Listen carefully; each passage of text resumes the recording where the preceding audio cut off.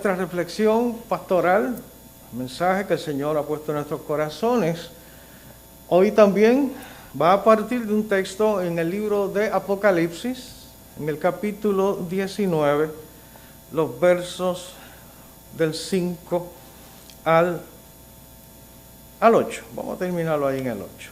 Apocalipsis 19, versos del 5 al 8.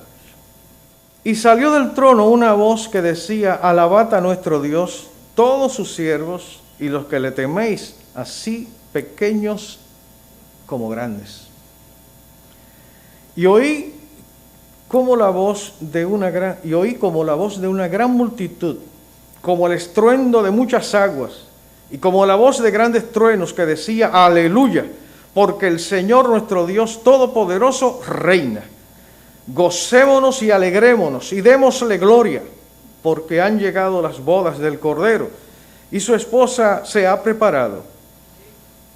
Y a ella se le ha concedido que se vista de lino fino, limpio y resplandeciente, porque el lino fino es las acciones justas de los santos. Alabado sea el Señor para siempre. Déjame dejar este texto abierto aquí, porque tengo otro que quiero compartir durante el mensaje. Miren, hermanos, ¿qué es lo lógico en una boda? Todos saben que es una boda, ¿verdad? ¿Qué es lo más lógico en una boda? Que haya alegría, que haya una profunda satisfacción de los cónyuges. Al fin juntos, me imagino que diría. Ahora bien, las expresiones corporales, las expresiones faciales de los cónyuges tienen su particularidad. Tienen que mostrar esa alegría también en ese proceso. Vamos a ver si los hermanos me ponen aquí cómo sería una boda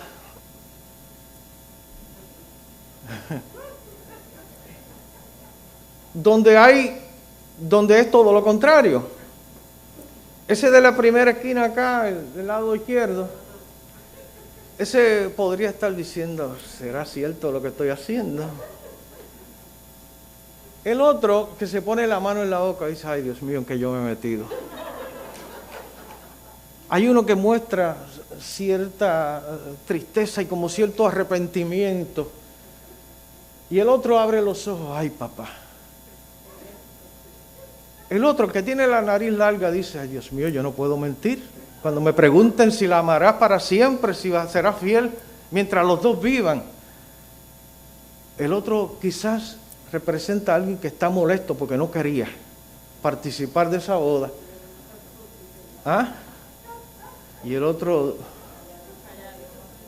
cuando digan el que no esté de acuerdo, hable ahora o calle para siempre. Señor, que no digas nada. Ahora tenemos el otro cuadro. Se supone que en una boda haya alegría. Mira cómo se ríen. Los corazoncitos hablan de ese amor que les unió, que les lleva a ese altar para contraer matrimonio. Hay mucho amor. Aquel está mondado de la risa, de los dientes bien. Y el amor se nota en los ojos. Hay fiesta, símbolos de fiesta. Y de la unidad en el amor. Gracias, hermano. Así que lo lógico de una boda es que haya alegría a todo dar. Puede haber lágrimas, pero esas lágrimas son lágrimas de gozo. Al fin se me dio, dirán algunos de los que se casen. Vamos a comenzar hablando entonces de una gran fiesta de bodas, donde la alegría de los contrayentes es indescriptible. Están gloriosamente felices y nada despinta de sus rostros ese gran regocijo. Porque es un regocijo que no se queda solamente en la fiesta, en la duración de la fiesta, sino que es duradero, prosigue hacia adelante. Y se trata de lo que conocemos como las bodas del Cordero, descritas en la Biblia. Y se habla de ello desde el Antiguo Testamento, los profetas hablaron de eso en el Nuevo Testamento, en las cartas. Bendito sea el Señor, y se emplea aquí la figura de una boda para referirse a esa unión definitiva entre Dios, el Dios eterno, y su pueblo. Y en nuestro caso neotestamentario, de Jesucristo como el novio y la iglesia que es su pueblo, la iglesia que es su novia. Y el apóstol Pablo, en Primera de Corintios y también en la carta de Efesios, se refiere especialmente a la iglesia como una esposa. Y ciertamente es un lenguaje simbólico sobre un acontecimiento glorioso, sobre un acontecimiento que es único en la historia y que será para el fin del tiempo.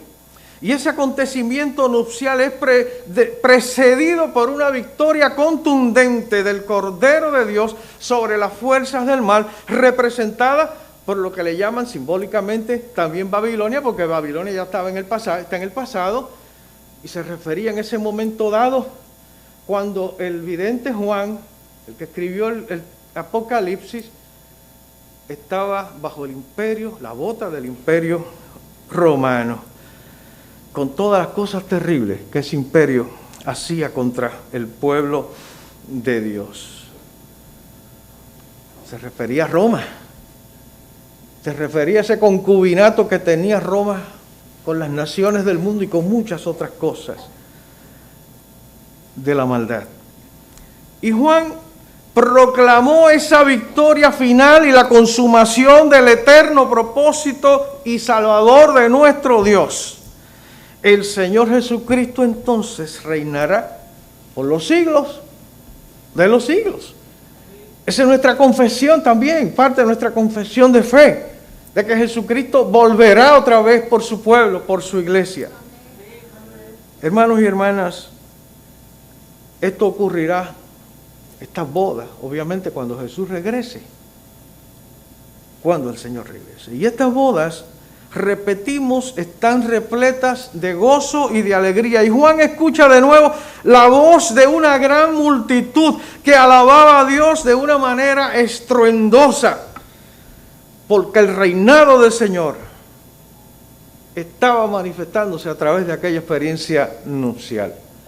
Por eso cuando nosotros le decimos canten, canten con gozo, canten con fuerza, que se oiga allá abajo en la iglesia bautista de Río Piedra, que se escuche, que salga de lo más profundo del corazón y del estómago también, y que alabemos el nombre de nuestro Dios. No hay cosa más hermosa que escuchar una congregación cantando. De hecho, y esto yo lo he dicho 1000 veces, a quien convocó el Señor para adorarlo fue a su pueblo. No fue al grupo de adoración, no fue al solista, ni a la solista. Sí, claro, ellos cantan y complementan la experiencia, pero el llamado a adorar es el pueblo de Dios. Esa gran multitud, oiga, se oía como un estruendo, bendito sea el Señor para siempre. Y es importante recordar que el emperador de ese tiempo, al cual estaba refiriéndose Juan directamente, se llamaba Domiciano. Y hay un historiador de nombre Suetonio, no le ponga ese nombre a un bebé. Jerry, no. Suetonio era un historiador latino, o sea, de Roma, y él escribió sobre ese emperador, y Domiciano se autoproclamaba, con el título de nuestro Señor y Dios. Y la gente tenía que reconocerlo como tal. No solo eso, sino que pretendía que los reverenciaran también. Había que humillarse ante él, porque él era el emperador y él era, entre comillas, Dios. Y ese término todopoderoso implica que el que lleva ese título mantiene todas las cosas bajo su control. Y esas multitudes que alababan a Dios, según Juan, el autor del libro, solo se referían a Jesucristo como Dios. Solo se referían a Jesucristo como Señor. Solo se referían a Jesucristo como el Todopoderoso, el que reina y reinará por siempre. Yo quisiera que me siguieran en esta predicación, hermano. Porque a veces hay que analizar estos textos también. Un poquito. Yo estoy haciendo un poquitito nada más, porque de esto se dice mucho. Hay mucho más que saber. Y estoy preparándome de nuevo para un estudio de este libro en este semestre, Dios mediante. Ya lo había dado en años anteriores, pero hay que repetirlo. Y mejorarlo, claro está, en el nombre del Señor. Qué tremendo tapaboca le dieron a Domiciano, ahí, con esa palabra de Juan, reconociendo a Cristo, y alabado sea su nombre para siempre. ¿Quién es el Todopoderoso para ustedes? ¿Se lo olvidó? ¿Quién es el Todopoderoso? Jesucristo el Señor. Es el Todopoderoso para nosotros. ¿Existe acaso otro nombre dado a los hombres y a las mujeres, a la gente de este planeta por el cual nosotros podamos ser salvos? No. ¿A quién se dio por nombre? A Jesucristo nuestro Señor, el Cordero de Dios, el valiente y fuerte en batalla, la roca de los siglos, el Señor de señores y Rey de reyes. ¿Se acuerdan de ese coro? Solamente en Cristo, solamente en Él, la salvación se encuentra en Él. No hay otro nombre dado a los hombres, solamente en Cristo, solamente en Él. Están cantando mucho, eso me habla de la edad. Bien. Hermanos, en esa gloriosa boda, la iglesia o el pueblo de Dios estará vestida de lino fino. Así que la iglesia se va a tirar la tela en esa experiencia gloriosa. Símbolo, ese lino fino es símbolo de la resplandecencia.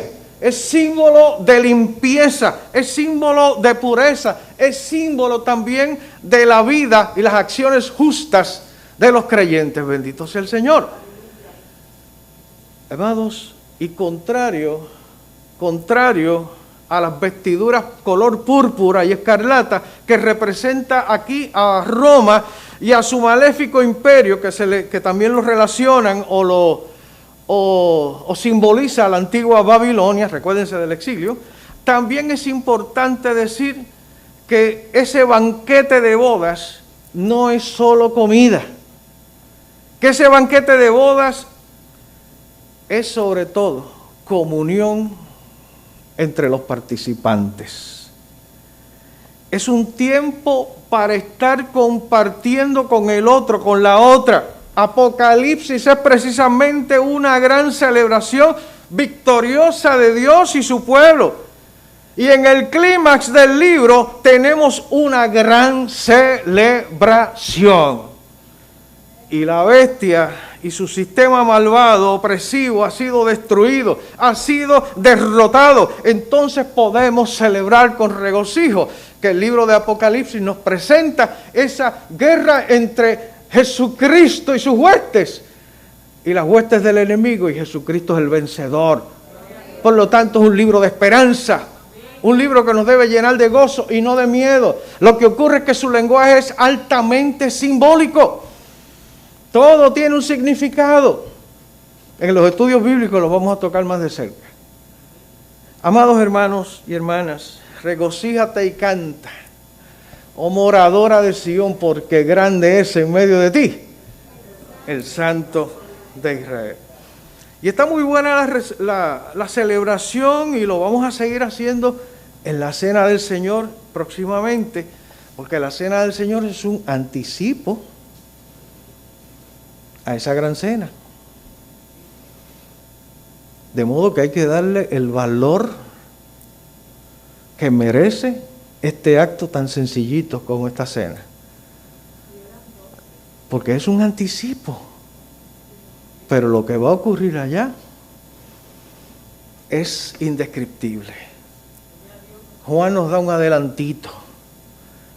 Imagínense el resto, si pueden, si pueden. Bendito sea el Señor para siempre. Y yo espero que ustedes lo sepan, pero hay otras cenas, o hay otra cena previa, que además de la de hoy, nosotros debemos participar de ella.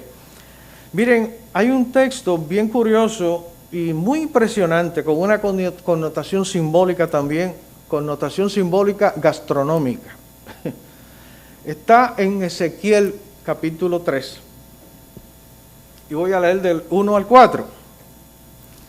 El profeta Ezequiel, capítulo 3, 1 al 4. Me dijo, refiriéndose al Señor, me dijo, hijo de hombre, come lo que hayas, come este rollo, y ve y habla a la casa de Israel. Y abrí mi boca, y me hizo comer aquel rollo, y me dijo, hijo de hombre, alimenta tu vientre, y llena tus entrañas de este rollo que yo te doy. Y lo comí, y fue en mi boca como dulce miel. Luego me dijo, hijo de hombre, ve y entra a la casa de Israel, y habla a ellos con mis palabras. Y es notable aquí que ese verbo comer aparece 5 veces en estos versos. Y 4 de ellos son mandatos a comer, señalando la importancia de esa acción. Y es importante también notar que de la misma manera que se repite la orden de comer, se repite la obediencia del profeta a esa orden. Miren, esa orden de comer va evolucionando poco a poco. En primer lugar, para comer tenía que estar dispuesto a abrir la boca.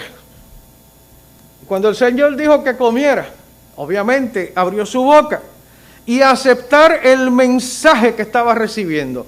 Ese rollo implicaba la palabra del Señor. Y el profeta simbólicamente recibe eso de parte del Señor, que tomara ese rollo, que se escribía en rollos de papel, de papiro, y que lo comiera. En segundo lugar, el énfasis está en eso, en que se llenara completamente, se llenara su estómago, debía estar lleno de ese mensaje, no de un papel, sino del contenido. Bendito sea el Señor para siempre. Y después de comer el rollo, cuyo contenido muy probablemente era amargo, porque se cree que eran las palabras que había escrito Jeremías y que las autoridades de ese tiempo las destruyeron, las quemaron, se hace de nuevo, se escribe de nuevo, y ahí simbólicamente el Señor le dice que comiera, para que se saciara de esa palabra del Señor. Y aquel contenido que probablemente era amargo se convirtió a un sabor dulce, a un sabor a miel. El Salmo 19 nos dice que son la palabra de Dios más dulce que la miel, y la miel que destila del panal. Así que comer y beber en sentido figurado significa en este caso apoderarse o incorporar la enseñanza o una doctrina, en este caso la palabra del Señor. Y el profeta debía asimilarla. Debía asimilar ese mensaje porque era necesario transmitirlo al pueblo. Y es por eso que luego de esa orden de comer sigue la frase, ve y háblale a la casa de Israel. Ya un poquito de exégesis. Miren, el mandato, este mundo necesita de la palabra de Dios. ¿Es o no cierto? ¿Ah? Ustedes y yo estamos en este mundo, necesitamos de la palabra de Dios. Claro. Por eso venimos a la casa del Señor, a nutrirnos de la palabra de Dios, a alabar y glorificar su nombre. Si hay otra razón por la cual venir a la casa del Señor, yo no la sé. Entretenernos un rato, quizás, no sé. Miren, y si este mundo necesita la palabra de Dios, también necesita que seamos buenos comensales. Que podamos ingerirla diligentemente y obedientemente. No se trata de ser comilones con la finalidad de engordar nuestra soberbia, de engordar nuestro orgullo, de creernos que sabemos mucho, para luego no hacer nada y tampoco ser nada. Se trata de comer la palabra mediante la lectura, mediante el escucharla, el escudriñarla, para luego compartir compartirla con las demás personas. Tenemos que nutrirnos de esa palabra del Señor. Hay que comerla con sabiduría, utilizar nuestros sentidos, todos nuestros sentidos, para escucharla. Por eso yo celebraba con tanta alegría esta mañana el buen grupo que vino en la primera clase presencial después de más de 1 año y medio, por el interés de los hermanos de escuchar la palabra del Señor. Y la maestra, que lo hizo muy bien, Dinora, damos gracias a Dios. Amados hermanos y hermanas, es importante los estudios bíblicos en la iglesia. Es importante la lectura personal de la palabra. No podemos dejar de leer la palabra. Es una parte esencial en nuestra vida. Ay, pastor, pero es que me toma mucho tiempo. ¿Cómo le va a tomar tiempo 4 versículos? Fíjense que no hay ningún sitio de la Biblia que tienes que leerte 3 capítulos o 5 capítulos diarios. Un verso. Y los teléfonos nos ayudan porque palabra de vida, qué sé yo, nos envía siempre el texto del día. Pues mire, léanlo. Dele gracias a Dios, medite en él cuando se monte en su carro y se vaya. Siempre los creyentes debemos tener un tiempo de oración, sea breve o sea extenso, no puede faltar en nuestras vidas. Y la palabra del Señor también, importante. Supongo que a todos ustedes, para seguir con el tema de la boda del Señor y de participar de todas estas disciplinas que el pueblo de Dios realiza y que están en nuestra fe. Esa palabra que nos conducirá a ese banquete mediante Jesucristo nuestro Señor. Y no es necesario, o nos es necesario comer y nutrirnos de esa palabra como preludio a ese acontecimiento futuro tan anhelado por los creyentes.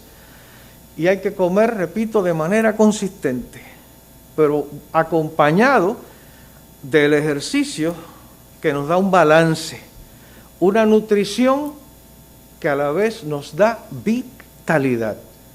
La vitalidad para seguir, para compartir, para correr, para seguir adelante. Yasmín se nutría, hacía su ejercicio, una buena nutrición y corrió como una gacela y ganó la medalla de oro. Y nosotros tenemos que seguir corriendo y nutriéndonos y disfrutando del paladar de esa palabra que es como miel que destila de un panal, que fortalezca nuestra vida, nuestra alma, nuestro corazón, para poder llegar a la meta. Oiga, la meta es llegar a esa boda. Y yo quisiera que todos fuéramos juntos para esa boda. Amén. Ya estoy terminando, hermano. Si usted come una vez a la semana, se va a desnutrir. ¿Cuántos comen una vez a la semana? Nadie, ¿verdad? Todo el mundo come todos los días y a cada rato. Algunos más que otros. Si usted no come, se desnutre, se va a enfermar y se va a morir también. Y si no digerimos la palabra de Dios, nos va a pasar igual. Si no comemos la palabra de Dios, nos vamos a desanimar, nos vamos a cansar, dejamos de ir a la iglesia, no participamos de los ministerios de la iglesia, eso que lo hagan los otros, yo no quiero participar en nada de eso. A veces nos morimos en los cultos. Todas esas cosas ocurren cuando no digerimos la palabra del Señor. Queremos tirarle una excusa, ¿verdad?, a los hermanos que no se han congregado por el asunto del COVID, ¿sabes? Eso no es para ustedes. Entendemos eso bien. Y hay quienes prefieren no leer la palabra porque temen que les revele la identidad real que tienen por dentro. Mejor no la leo. Yo le tengo miedo a eso. Yo no entiendo eso. Eso es complicado. Miren, hermano, eso nos debe dar horror, porque va a ser algo horriblemente o espiritualmente horrible. Es muy peligroso para nuestro futuro eterno. Hay que abrir la palabra, repito, hay que leerla, hay que escudriñarla. No queremos que nadie se pierda de este gran banquete de boda. Y la dieta bíblica tan balanceada será el anticipo de ese banquete final y definitivo de alegría con nuestro Señor. Es el anticipo de esa gran fiesta del Espíritu, donde se concentrará o se concretizará o se concretará la salvación de nuestro Dios a través de Jesucristo. Hay una palabra hebrea que se llama halaká. La encontré por aquí, la tenía en mi Biblia guardada, este detalle. Y la palabra hebrea halaká significa caminar, proseguir, oír.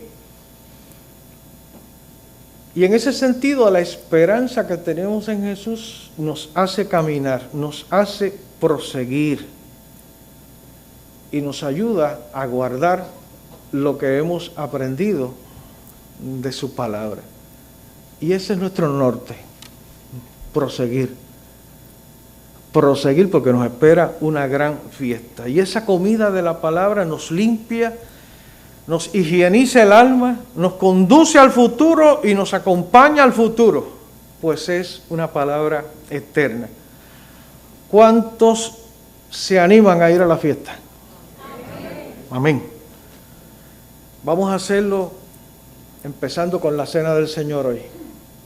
Un poquitito nada más, un poquitito nada más. Allá no va a estar Ángel, reverendo Álamo, reverenda Paulita García, reverenda Eneida Angleró, reverendo Roberto Vélez.